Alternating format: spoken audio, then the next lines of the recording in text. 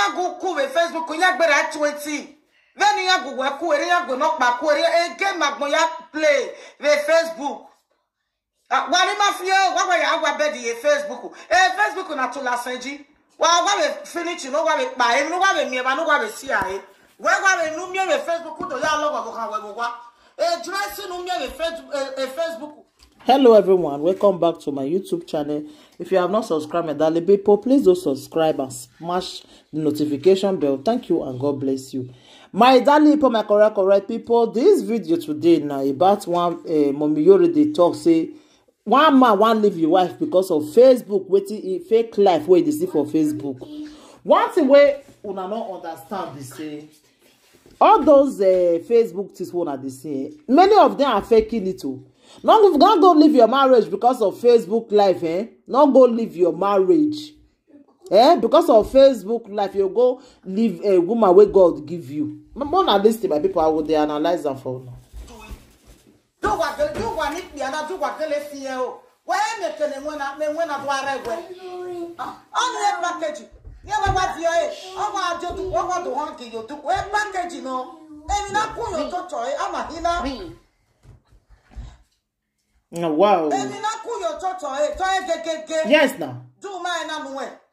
Why is that better? Who got regret you? Who got where I am managing a melon on a soto because you again were back bucket with Facebook. I said Facebook. Of my jury Facebook.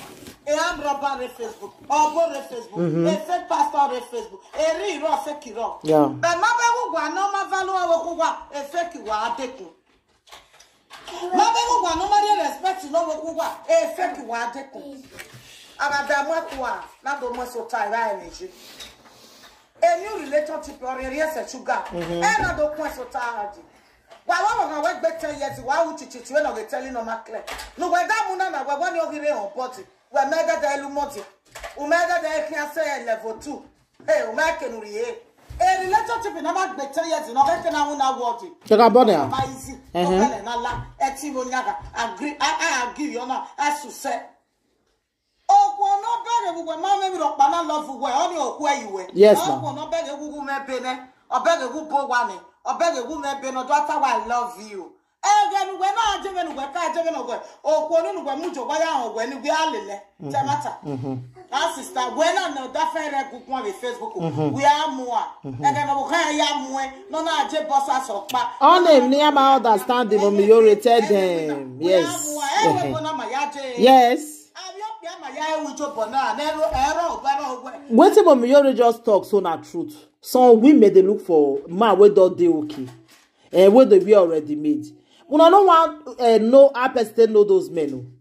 So now baby trust that they wear that time. You understand? But if you don't enter their life, you can't really change them. I know say some are grateful here. But what about me already talk so now very good point. Very good point. 2 o'clock before I can I will know one he when you're bear epa uvetamawe anya mi obonok be no ma. Yes. Anya mi get wisdom we. Uga woman be na we ya man when o dopo one we o kono su sele lu we yo o ma so le square zero. Anya bo ama we say akpaka kan wa fita we u ki obi ogbono ri o to kekan. Try to develop it. There we no kwona sister. Wa je we o de kon pia me Facebook no go we gbe 4 hours we lani. O we riwe o we gbe 10 minutes at the work. O we dey now this one they give me joy. He go just spend 1 hour. Oh they no gbe 3 hours with Okwo is Obewe. It's original Obewe. Do mana ina nwe. E no do we so ta Adamu eri aje ori fifi pia. Ori fifi Okwo. Oga gbe 2 hours, oga gbe 3 hours with phone. Oga call it sister no do mwe sota.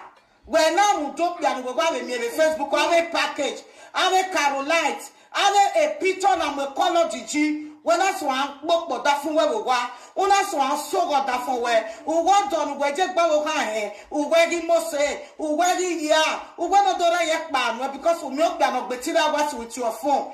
I only carry the phone go inside toilet. I want day with you 24 hours. Or if I know we never we are now. We were busy. Then no me wa jena na ibo no document betire awa si me phone. Even 20 minutes me me baby down o gbe fe 1 hour be phone. O be no gbe 1 hour be Facebook we chetro no. O be no gbe 2 hours in the phone be Facebook we chetro no. It's a gamma, it's a scam. A game you play, can sister. No ya root the Facebook up there, you say why. Oh, there no my picture. Just Facebook every day. It's a central. It must have many no time. Oh, there no you go no bewe.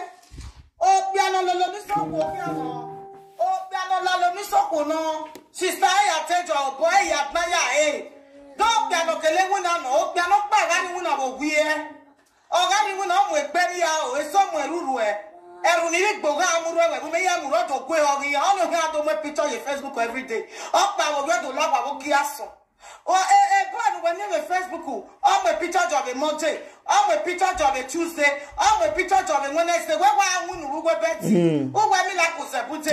Who were well no do man we. Oh that no we are worry whenever picture on Facebook who won in my WhatsApp. Who got real sister. Another second single mother is coming your way. That is the sign of single mother. But God is choosing me to save you right now. We are here boy you wear bracket. But honey me we work baby. Honey we no say ni na wa lucky we. Who work baby line. God will bless you, Mommy Yore, for this topic.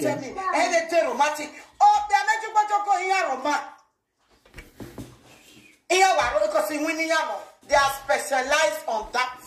It's their job. Yeah. It's a game. Sister. Le Facebook will be.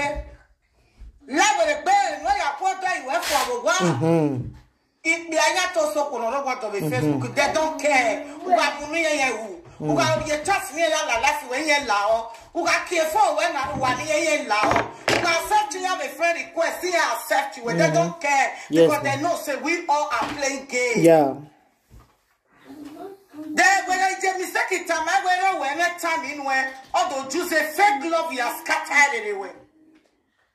When I tell me what done, we are your woman no we go to war. Although you say fake love, we are go to war.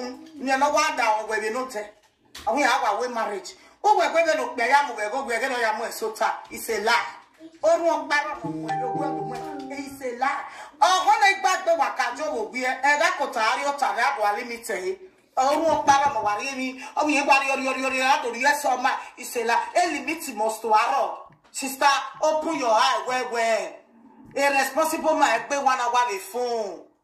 Obiano jiwe na egbe 1 hour the phone. Okbenu ke mo pe we ri message na ya nwa. Wo 1 hour ni no ri no ma akon yare we poto also. Oga I will take 1 hour 2 hours to Kuala. Why can't you go to Nigeria? Go and stay in Nigeria, sister. Ero we like say we be phone who mo phone. Oh, when we went to Facebook, who have my eye, who have fear my. Now that is this topic and a very very good message. If you like, come use and take get sense. Mommy Yore sometimes what did she dey talk? No, if na maybe now I go use this message take get sense. Yeah, you get why. Thank you, my darling people. Anything you wanna think about this video, wanna leave on a comment for the comment section. God bless you, Mommy Yore, for this topic. This topic it really makes sense.